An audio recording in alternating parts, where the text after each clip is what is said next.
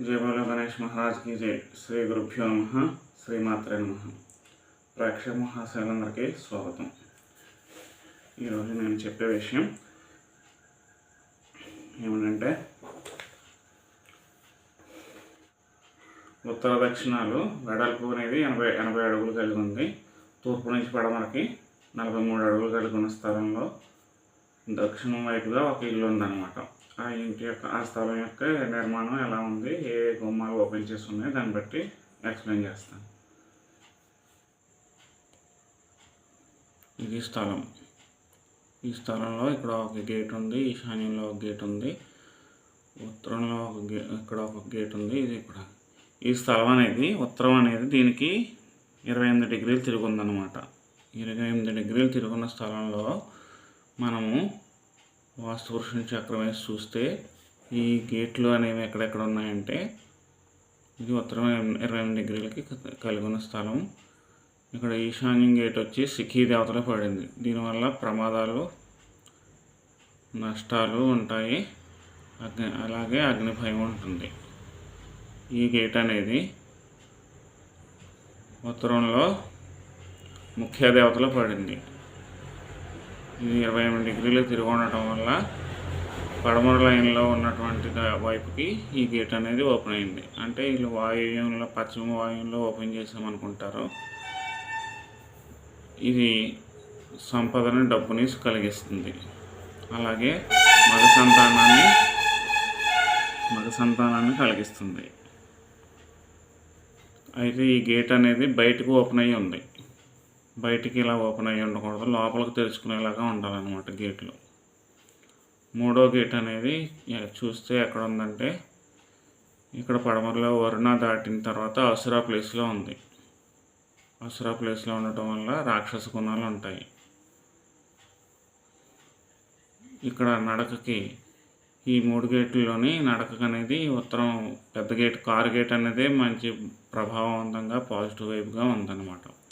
ఇది వాయువ్యం బిట్ అనమాట। దీనికి ఉత్తరం రోడ్డు ఉంది, పడమర రోడ్డు ఉంది। ఈ వాయువ్యం బిట్లో ఈ కరెక్ట్గా డిగ్రీల ప్రకారం చూసినప్పుడు ఈ కోణం అనేది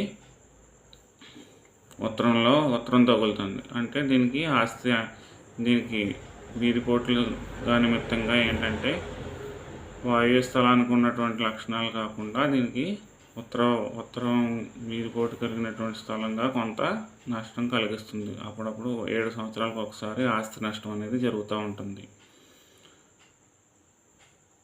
అలాగే దీన్ని ఈ దోషాలను తొలగించుకోవడానికి ఇక్కడ ఈ భాగంలో ఈ ఉత్తర లైన్లో ఉంది కదా, ఇది ఈ గోడ మీదకి ఒక స్వస్తిక్ అనేది ఏర్పాటు చేసుకోవడం, అల్యూమినియంతో స్వస్తిక్ అనేది ఏర్పాటు చేసుకోవాలి। లేదంటే తెలుపు రంగు గోడ ఉంటుంది కదా, నీలం రంగుతో స్వస్తిక్ అనేది ఏర్పాటు చేసుకోవాలి। అలాగే ఈ గేటు మీద కూడా ఒక స్వస్తిక్ ఒక ఓంకారం వేసుకుని ఈ గేట్లు లోపల తెరిచేలాగా పెట్టుకోవాలి। ఇంకా ఇందులో ఇల్లు అనేది నైరుతికి దిశగా ఆక్రమించి ఉందన్నమాట। ఇందులో మామూలుగా చూసినట్లయితే ఎక్కడుంది, ఇల్లు అనేది దక్షిణాన్ని ఆక్రమించినట్టుగా కనిపిస్తుంది, కానీ ఇది 28 డిగ్రీలు ఉండటం వల్ల ఇది నైరుతి దిశగా ఆక్రమించి ఉంది ఇల్లు।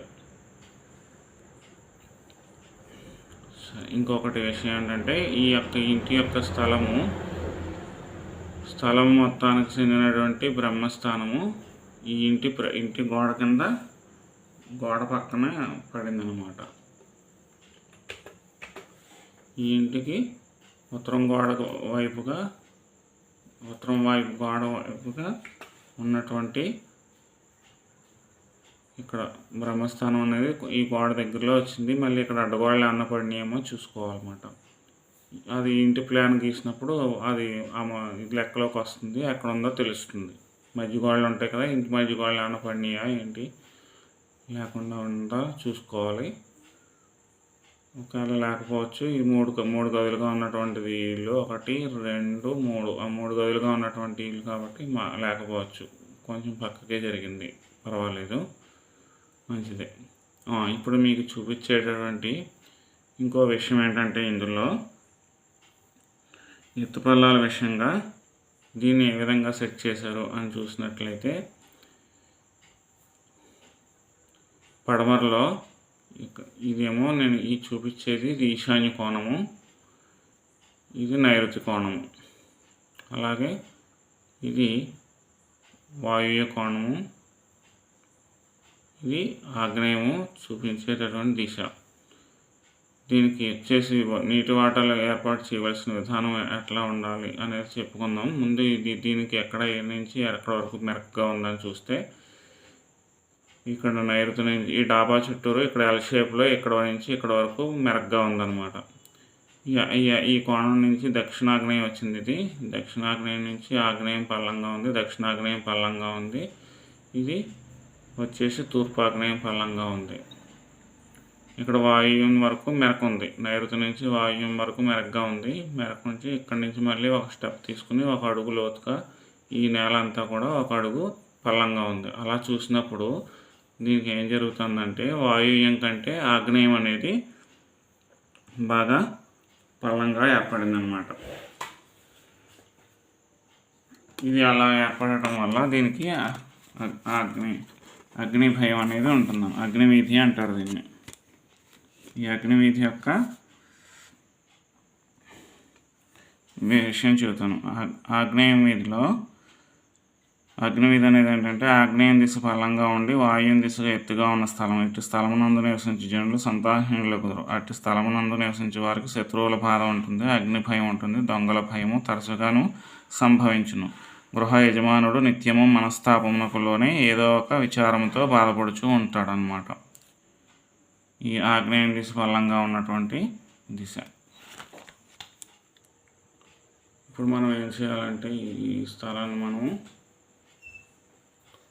ఇది ఆగ్నేయం నుంచి వాయువ్యానికి న్యూట్రల్ లైన్ అనమాట. ఈ న్యూట్రల్ లైన్ అనేది 0 degreesగా సెట్ చేసుకోవాలి. ఇక్కడ ఎంతైతే వాయువ్యం ఎంతైతే లెవెల్ ఉందో ఆ లెవెల్కి ఆగ్నేయం కూడా ఇక్కడ కూడా అదే లెవెల్ని మెయింటైన్ చేయాలి. ఇది దిశ పల్లంగా ఉంది, ఈ దిశ పల్లంగా ఉండటం వల్ల పని చేయదు.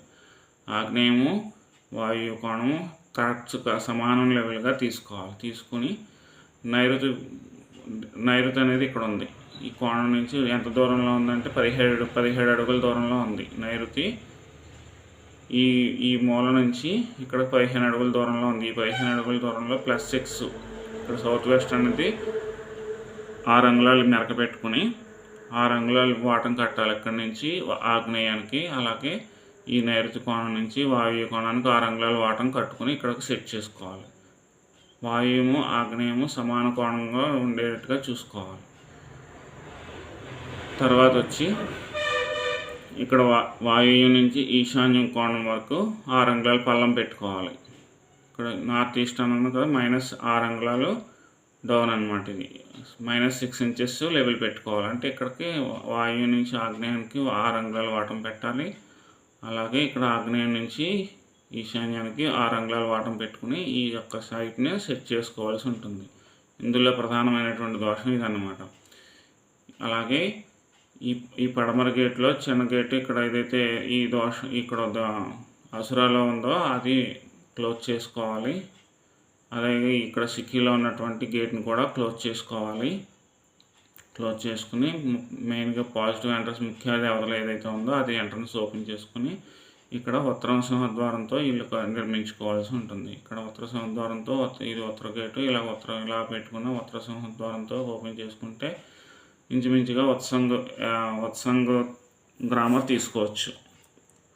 వత్సంగ్ గ్రామర్. ఒకవేళ పూర్ణబాహు గ్రామర్ తీసుకోవాలంటే ఈ స్థలానికి పడమర అనేది ఎక్కడ ఉంది, ఈ నైరుతి మూలలో ఇక్కడ ఉంది. ఈ స్థలానికి ఫిజికల్గా చూస్తే పడమర మూలలో ఇది పుష్పదంత ప్లేసు.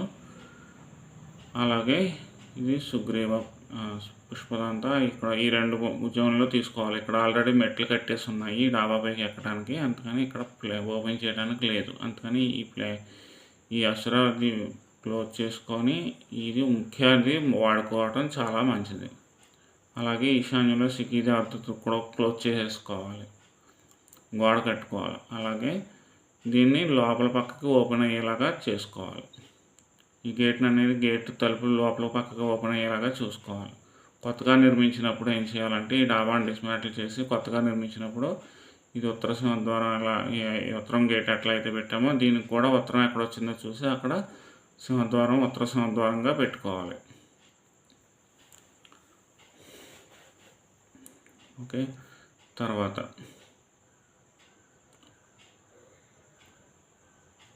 ఈ విధంగా పెట్టుకోవడం వల్ల ఇది ఇంకా పల్లం గురించి చెప్పాలంటే ఇక్కడ ఆగ్నేయం దీంతో పాటు ఇక్కడ ఆగ్నేయం మెరక చేసినప్పుడు ఇక్కడ దక్షిణాగ్నేయం కూడా ఇది కూడా మెరక అవుతుంది అనమాట.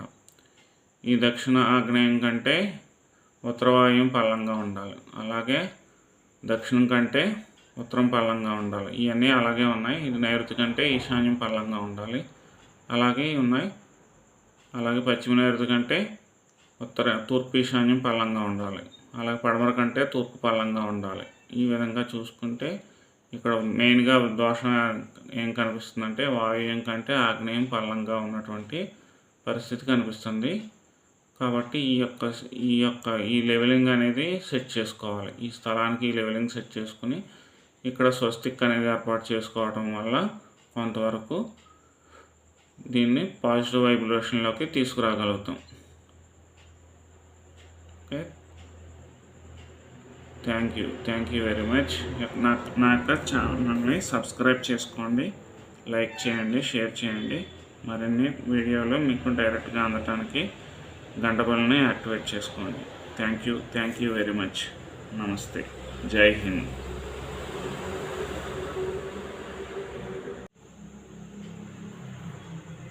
ఈ యొక్క ఛానల్ని సబ్స్క్రైబ్ చేసుకోండి. ఈ యొక్క వీడియోలు డైరెక్ట్గా మీకు అందడానికి గంట బెల్ని యాక్టివేట్ చేసుకోండి, లైక్ చేయండి, షేర్ చేయండి. Thank you very much. జై హింద్.